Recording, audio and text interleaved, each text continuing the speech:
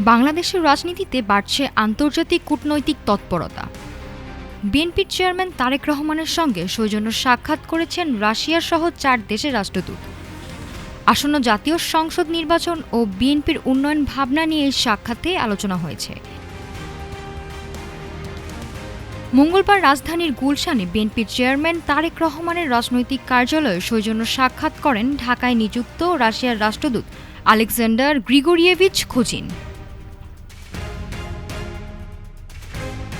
এর আগে পৃথকভাবে তারেক রহমানের সঙ্গে সাক্ষাৎ করেন নর্ডিক অঞ্চলের দেশ সুইডেন, ডেনমার্ক ও নরওয়ের রাষ্ট্রদূতরা।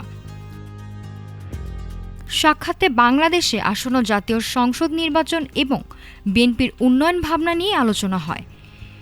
বিএনপির যুগ্ম মহাসচিব হুমায়ুন কবির বলেন, বাংলাদেশ একটা গণতান্ত্রিক পদ্ধতির দিকে যাচ্ছে, ডেমোক্রেটিক ট্রানজিশনের দিকে যাচ্ছে। এটা রাষ্ট্রদূতরাও বিশ্বাস করেন।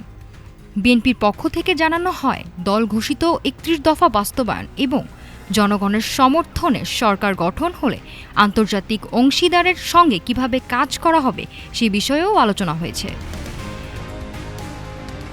আগামী 12 ফেব্রুয়ারির জাতীয় নির্বাচনকে কেন্দ্র করে আন্তর্জাতিক মহলেও রয়েছে আগ্রহ।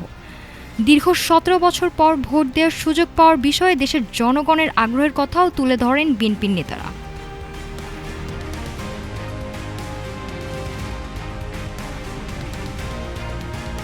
কূটনৈতিক এই তৎপরতা নির্বাচনের আগে বাংলাদেশের রাজনৈতিক অঙ্গনে নতুন মাত্রা যোগ করছে বলে মনে করছেন সংশ্লিষ্টরা। নাফিসা সামিয়া, ঢাকা টুডে।